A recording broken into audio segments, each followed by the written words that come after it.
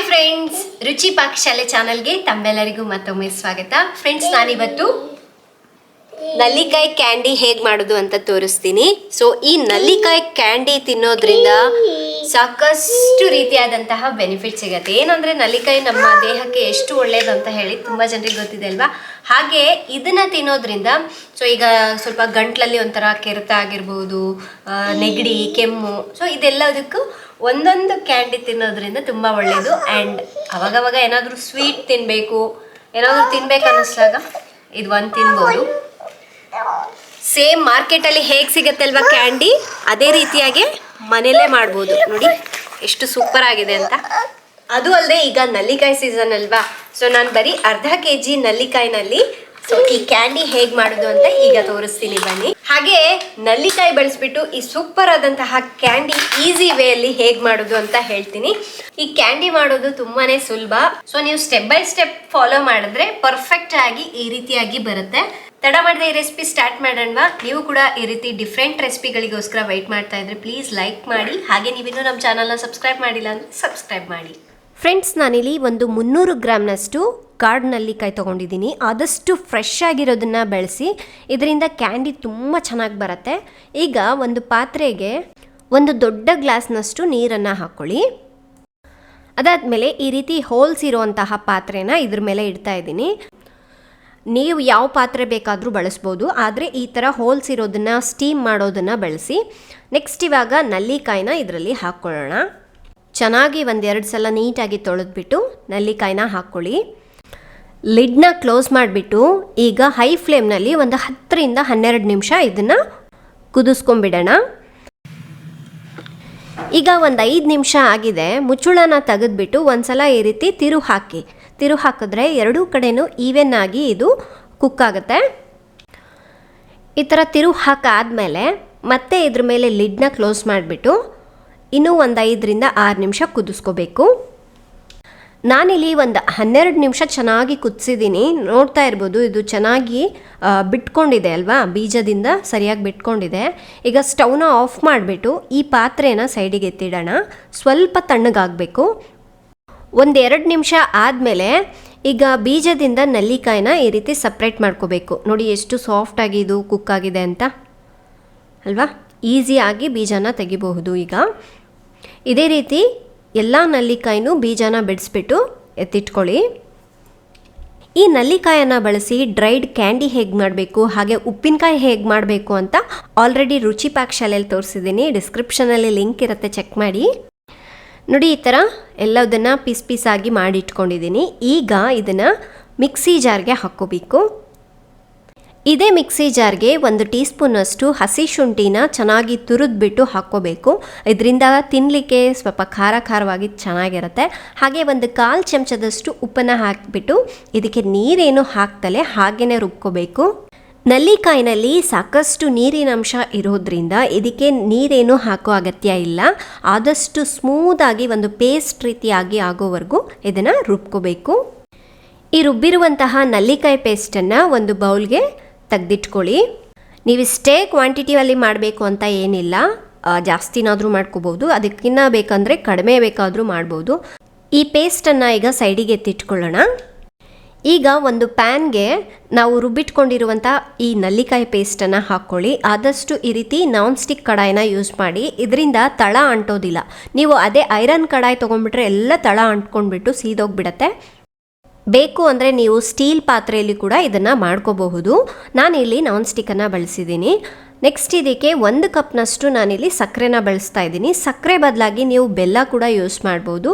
1 ಕಪ್ನಷ್ಟು ತುರಿದಿರುವಂತಹ ಬೆಲ್ಲ ತಗೊಳ್ಳಿ, ಅಥವಾ ನಿಮಗೆ ಸಿಹಿ ಜಾಸ್ತಿ ಇಷ್ಟ ಆಗುತ್ತೆ ಅಂದರೆ 1/4 ಕಪ್ಪು ಬೆಲ್ಲ ಹಾಕ್ಕೋಬೋದು. ಈಗ ಸಕ್ಕರೆನ ಹಾಕಿಬಿಟ್ಟು ಸ್ಟವ್ನ ಆನ್ ಮಾಡಿಕೊಂಡು ಹೈ ಫ್ಲೇಮ್ನಲ್ಲಿ ಸಕ್ಕರೆ ಕರಗೋವರೆಗೂ ಇದನ್ನು ಮಿಕ್ಸ್ ಮಾಡ್ಕೋಬೇಕು. ಫ್ರೆಂಡ್ಸ್, ಈ ನಲ್ಲಿಕಾಯಿ ಸೀಸನ್ನಲ್ಲಿ ಈ ಥರ ಏನಾದರೂ ಡಿಫ್ರೆಂಟಾಗಿ ಮಾಡೋದ್ರಿಂದ ಮಕ್ಕಳಿಗೂ ಇಷ್ಟ ಆಗುತ್ತೆ, ಹಾಗೆ ನಮ್ಮ ಆರೋಗ್ಯಕ್ಕೂ ಒಳ್ಳೆಯದಲ್ವಾ. ನೋಡಿ, ಈ ಸಕ್ಕರೆ ಚೆನ್ನಾಗಿ ಕರಗೋ ಅಷ್ಟರಲ್ಲಿ ಒಂದು ಬೌಲ್ಗೆ 1 ಟೇಬಲ್ ಸ್ಪೂನಷ್ಟು ಕಾರ್ನ್ ಫ್ಲೋರ್ನ ತೊಗೊಂಡಿದ್ದೀನಿ. ಹಾಗೆ ಇದಕ್ಕೆ 1 ಟೇಬಲ್ ಸ್ಪೂನಷ್ಟು ನೀರನ್ನು ಹಾಕಿ ಇದನ್ನು ಮಿಕ್ಸ್ ಮಾಡಿಟ್ಕೋಬೇಕು. ನೋಡಿ, ಈ ರೀತಿ ಗಂಟುಗಳೇನೂ ಇರಬಾರ್ದು, ಅದಕ್ಕಾಗಿ ಇದನ್ನು ಚೆನ್ನಾಗಿ ನೀರಿನಲ್ಲಿ ಮಿಕ್ಸ್ ಮಾಡ್ಕೊಳ್ಳೋಣ. ಇದನ್ನು ಸೈಡಿಗೆ ಎತ್ತಿಟ್ಕೊಳ್ಳಿ. ಸಕ್ಕರೆ ಈಗ ಚೆನ್ನಾಗಿ ಕರಗಿದೆ ನೋಡಿ, ಸ್ವಲ್ಪ ಗಟ್ಟಿ ಕೂಡ ಆಗಿದೆ ಅಲ್ವಾ. ಸ್ಟವ್ನ ಮೀಡಿಯಮ್ ಫ್ಲೇಮ್ನಲ್ಲಿ ಇಟ್ಕೊಂಡ್ಬಿಟ್ಟು ನಾವು ಫಸ್ಟಿಗೆ ನೀರು ಮತ್ತು ಕಾರ್ನ್ ಫ್ಲೋರ್ನ ಹಾಕಿ ಮಿಕ್ಸ್ ಮಾಡಿ ಇಟ್ಕೊಂಡಿದ್ವಲ್ವ, ಆ ನೀರನ್ನು ಈಗ ಹಾಕ್ಕೋಬೇಕು. ಕಾರ್ನ್ ಫ್ಲೋರ್ ನೀರನ್ನು ಹಾಕೋದ್ರಿಂದ ನಾವು ಈ ಕ್ಯಾಂಡಿ ಪೀಸಸ್ ಆಗಿ ಕಟ್ ಮಾಡಬೇಕಾದ್ರೆ ತುಂಬ ನೀಟಾಗಿ ಬರುತ್ತೆ. ಇನ್ನು ಎಕ್ಸ್ಟ್ರಾ ನೀರು ಹಾಕೋ ಅಗತ್ಯನೇ ಇಲ್ಲ ನೋಡಿ. ಈ ರೀತಿ ಒಂದ್ಸಲ ಮಿಕ್ಸ್ ಮಾಡ್ಕೊಂಬಿಡೋಣ. ಇದನ್ನು ಸ್ಟವ್ನ ಮೀಡಿಯಮ್ ಫ್ಲೇಮ್ನಲ್ಲೇ ಇಟ್ಕೊಂಡು ಇದು ಸ್ವಲ್ಪ ಗಟ್ಟಿ ಆಗೋವರೆಗೂ ಕುದಿಸ್ಕೊಳ್ಳೋಣ. ಹಾಗೆ ನಾನಿಲ್ಲಿ 1 ಟೀ ಸ್ಪೂನಷ್ಟು ತುಪ್ಪ ಹಾಕ್ತಾ ಇದ್ದೀನಿ. ತುಪ್ಪ ಹಾಕೋದ್ರಿಂದ ಕಲರ್ ತುಂಬ ಚೆನ್ನಾಗಿ ಬರುತ್ತೆ, ಹಾಗೆ ಫುಲ್ ಶೈನಿಂಗ್ ಆಗಿರುತ್ತೆ, ಜೊತೆಗೆ ಟೇಸ್ಟಿ ಆಗಿರುತ್ತೆ. ಹಾಗೆ ಪ್ಯಾನ್ಗೂ ಕೂಡ ಇದು ಅಂಟೋದಿಲ್ಲ, ನೀಟಾಗಿ ಪ್ಯಾನಿಂದ ಬಿಟ್ಕೊಳ್ಳುತ್ತೆ. ತುಪ್ಪ ಹಾಕಿದ್ಮೇಲೆ ಒಂದ್ಸಲ ಮಿಕ್ಸ್ ಮಾಡಿ ಈ ರೀತಿ ಮಧ್ಯ ಮಧ್ಯ ಮಿಕ್ಸ್ ಮಾಡ್ತಾನೆ ಇರಬೇಕು. ನಾನಿಲ್ಲಿ ಚೆನ್ನಾಗಿ ಒಂದು 15 ನಿಮಿಷದಿಂದ ಇದನ್ನು ಮೀಡಿಯಮ್ ಫ್ಲೇಮ್ನಲ್ಲಿ ಇಟ್ಕೊಂಡು ಕುದಿಸ್ತಾ ಇದ್ದೀನಿ. ಎಲ್ಲಿವರೆಗೂ ಅಂದರೆ ಇದು ಪ್ಯಾನಿಂದ ಬಿಟ್ಕೋಬೇಕು, ಅಲ್ಲಿವರೆಗೂ ಇದನ್ನು ಚೆನ್ನಾಗಿ ಕುದಿಸ್ಬೇಕು. ಇಲ್ಲ ಅಂತ ಹೇಳಿದ್ರೆ ಇದನ್ನು ಪೀಸಸ್ ಆಗಿ ಕಟ್ ಮಾಡಲಿಕ್ಕೆ ಬರೋದಿಲ್ಲ ನೋಡಿ. ಈಗ ಪ್ಯಾನಿಂದ ಬಿಟ್ಕೋತಾ ಇದೆಯಲ್ವಾ, ಈ ಕನ್ಸಿಸ್ಟೆನ್ಸಿಗೆ ಬರೋವರೆಗೂ ಇದನ್ನು ಕುದಿಸ್ಕೋಬೇಕು. ಇನ್ನೂ 1-2 ನಿಮಿಷ ಎಕ್ಸ್ಟ್ರಾ ಕುದಿಸ್ಕೊಂಡ್ರೂ ಏನೂ ಆಗೋದಿಲ್ಲ. ಒಟ್ಟಾಗಿ ಹೇಳಬೇಕು ಅಂದರೆ ನನಗೆ ಈ ಕನ್ಸಿಸ್ಟೆನ್ಸಿ ಬರಲಿಕ್ಕೆ 20 ನಿಮಿಷ ಬೇಕಾಯಿತು. ನಾವು ಇದನ್ನು ಎಷ್ಟು ಕುದಿಸ್ತೀವೋ ಅಷ್ಟು ಚೆನ್ನಾಗಿ ಕಟ್ ಮಾಡಲಿಕ್ಕೆ ಬರುತ್ತೆ. ಇನ್ನೊಂದೇನೆಂದರೆ ಇದು ಚೆನ್ನಾಗಿ ಕುಕ್ ಆಗಿದೆನಾ ಇಲ್ಲ, ಪೀಸಸ್ಗೆ ಕಟ್ ಮಾಡಲಿಕ್ಕೆ ಬರುತ್ತೇನಾ ಇಲ್ಲ ಹೇಗೆ ತಿಳ್ಕೊಬೇಕು ಅಂದರೆ, ಕೈನ ಒಂದ್ಸಲ ತಣ್ಣೀರಿನಲ್ಲಿ ಒದ್ದೆ ಮಾಡಿಕೊಂಡು ಸ್ವಲ್ಪ ಈ ಆಮ್ಲನ ತೊಗೊಂಡ್ಬಿಟ್ಟು ನೋಡಿ ಈ ಥರ ಮಾಡಿದಾಗ ಇದು ಉಂಡೆ ರೀತಿಯಾಗಿ ಆಗಬೇಕು, ಕೈಗೆ ಅಂಟ್ಕೋಬಾರ್ದು, ಒಂಥರ ಜೆಲ್ಲಿ ಥರ ಆಗಿರುತ್ತೆ. ಈಗ ಇದು ಪರ್ಫೆಕ್ಟಾಗಿ ಕುಕ್ ಆಗಿದೆ ಅಂತ ಅರ್ಥ. ಸ್ಟವ್ನ ಆಫ್ ಮಾಡ್ಕೊಂಡ್ಬಿಟ್ಟು ಒಂದು ಬಟರ್ ಪೇಪರ್ ಮೇಲೆ ಇದನ್ನು ಹಾಕ್ಕೋಬೇಕು. ಮತ್ತು ಇದಕ್ಕೆ ಎಣ್ಣೆ ಸವರೋ ಅವಶ್ಯಕತೆ ಏನೂ ಇಲ್ಲ, ಡೈರೆಕ್ಟಾಗಿ ಬಟರ್ ಪೇಪರ್ ಮೇಲೆ ಹಾಕ್ಕೊಳ್ಳಿ. ಬಟರ್ ಪೇಪರ್ ನಮಗೆ ಲೋಕಲ್ ಮಾರ್ಕೆಟಲ್ಲಿ ಸಿಗುತ್ತೆ, ಅಥವಾ ಹೋಳಿಗೆ ಶೀಟ್ ಸಿಗುತ್ತಲ್ವ ಅದರಲ್ಲಿ ಕೂಡ ಮಾಡ್ಬೋದು. ಇದ್ರ ಮೇಲೆ ಇನ್ನೂ ಒಂದು ಬಟರ್ ಪೇಪರ್ನ ಹಾಕಿಬಿಟ್ಟು ಇದನ್ನು ಸ್ವಲ್ಪ ತೆಳುವಾಗಿ ಲಟ್ಸ್ಕೋಬೇಕು. ತೀರ ತೆಳುವಾಗೂ ಬೇಡ, ತೀರ ದಪ್ಪನೂ ಬೇಡ, ಎಲ್ಲ ಕಡೆನೂ ಈವೆನ್ ಆಗಿ ಈ ರೀತಿ ಲಟ್ಸ್ಕೋಬೇಕು. ಇದನ್ನು ಈ ರೀತಿ ಲಟ್ಸಾದ್ಮೇಲೆ ಇದ್ರ ಮೇಲಿರುವಂತಹ ಪೇಪರನ್ನು ತೆಗೆದ್ಬಿಟ್ಟು ಇದು ಕಂಪ್ಲೀಟಾಗಿ ತಣ್ಣಗಾಗಬೇಕು. ತಣ್ಣಗಾದ್ಮೇಲೆ ಪೀಸಸ್ ಆಗಿ ಕಟ್ ಮಾಡಬೇಕು. ನೋಡಿ ಕಂಪ್ಲೀಟಾಗಿ ತಣ್ಣಗಾಗಿದೆ. ನಾನಿಲ್ಲಿ 1-2 ಟೇಬಲ್ ಸ್ಪೂನಷ್ಟು ಸಕ್ಕರೆ ಪುಡಿನ ಮಾಡಿಟ್ಕೊಂಡಿದ್ದೀನಿ. ಸಕ್ಕರೆ ಪುಡಿ ಅಥವಾ ಕಾರ್ನ್ ಫ್ಲೋರ್ ಇರುತ್ತಲ್ವ, ಅದಕ್ಕೆ ಈ ರೀತಿ ಚಾಕುನ ಅದ್ಬಿಟ್ಟು ಈಗ ಕಟ್ ಮಾಡ್ಕೊಳ್ಳೋಣ.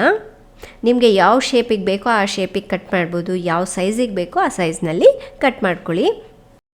ಕಟ್ ಮಾಡುವಾಗ ನೈಫ್ಗೆ ಅಂಟ್ತಾ ಇದ್ದರೆ ಮಧ್ಯ ಮಧ್ಯೆ ಅದಕ್ಕೆ ಸ್ವಲ್ಪ ಸಕ್ಕರೆನೋ ಅಥವಾ ಕಾರ್ನ್ ಫ್ಲೋರ್ನ ಅಪ್ಲೈ ಮಾಡಿ ಆನಂತರ ಕಟ್ ಮಾಡಬೇಕು.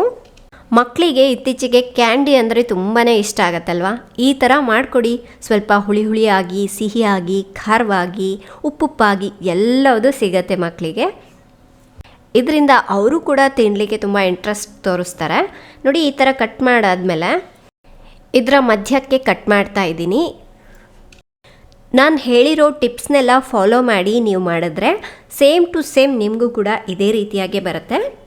ಈಗ ಈ ಬಟರ್ ಪೇಪರಿಂದ ತೆಗೆದುಬಿಡೋಣ. ನೋಡಿ ಎಷ್ಟು ನೀಟಾಗಿ ಬರ್ತಾ ಇದೆ ಅಂತ. ಇದಕ್ಕೆ ಸ್ವಲ್ಪನೂ ಅಂಟ್ಕೊಳ್ಳೋದಿಲ್ಲ, ನೀಟಾಗಿ ತೆಗಿಬಹುದು. ಈ ರೀತಿ ಕಟ್ ಮಾಡಿಬಿಟ್ಟು ಒಂದು ಡಬ್ಬಿಯಲ್ಲಿ ಹಾಕಿ ಸ್ಟೋರ್ ಮಾಡಿ ಇಡುವಾಗ ಒಂದಕ್ಕೆ ಒಂದು ಅಂಟ್ಕೊಂಡ್ಬಿಡತ್ತೆ. ಅದಕ್ಕಾಗಿ ಈ ರೀತಿ ಸಕ್ಕರೆ ಪುಡಿನಲ್ಲಿ ಚೆನ್ನಾಗಿ ಅದ್ದುಬಿಟ್ಟು ಆನಂತರ ನೀವು ಸ್ಟೋರ್ ಮಾಡಿ ಇಡೋದ್ರಿಂದ ಒಂದಕ್ಕೆ ಒಂದು ಅಂಟ್ಕೊಳ್ಳೋದಿಲ್ಲ, ಹಾಗೆ ತುಂಬ ದಿವಸದವರೆಗೂ ಸ್ಟೋರ್ ಮಾಡಿ ಇಡ್ಬೋದು. ಇದೇ ರೀತಿಯಾಗಿ ಎಲ್ಲ ಪೀಸಸ್ನು ಸಕ್ಕರೆ ಪುಡಿಯಲ್ಲಿ ಅದ್ದುಬಿಟ್ಟು ಎತ್ತಿಟ್ಕೊಳ್ಳಿ. ನೋಡಿ ಎಷ್ಟು ಸೂಪರಾಗಿ ಬಂದಿದೆ ಅಂತ. ನೀವೆಲ್ಲಾದರೂ ಟ್ರಾವೆಲ್ ಮಾಡಬೇಕಾದ್ರೆ ವಾಮಿಟ್ ಬಂತು ಅಂದ್ಕೊಳ್ಳಿ, ಸೊ ಇದನ್ನು ನೀವು ಆರಾಮಾಗಿ ಕ್ಯಾರಿ ಮಾಡಿಕೊಂಡು ಯಾವಾಗ ಬೇಕೋ ಅವಾಗ ತಿನ್ಬೋದು. ಒಂದಕ್ಕೆ ಒಂದು ಅಂಟ್ಕೊಳ್ಳೋದು ಮತ್ತು ಮುದ್ದೆ ಥರ ಆಗೋದು ಆ ಥರ ಏನೂ ಇಲ್ಲ, ನೀಟಾಗಿ ಶೇಪ್ ಬಂದಿದೆ ನೋಡಿ. ಸೊ ಈಗ ಟೇಸ್ಟ್ ನೋಡೋಣವಾ ಹೇಗಿದೆ ಅಂತ.